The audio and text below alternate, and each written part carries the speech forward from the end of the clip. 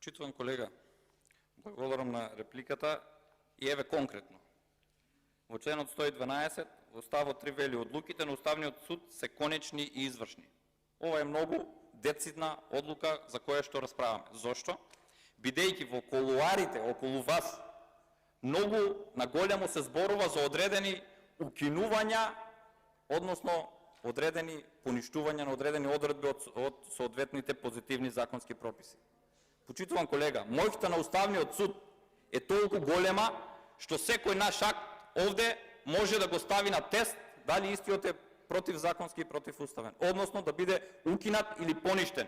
Ова го потенцирам бидејќи, еве конкретно, за она што се слуша во колуарите, за членот 353 од Кривичниот закон.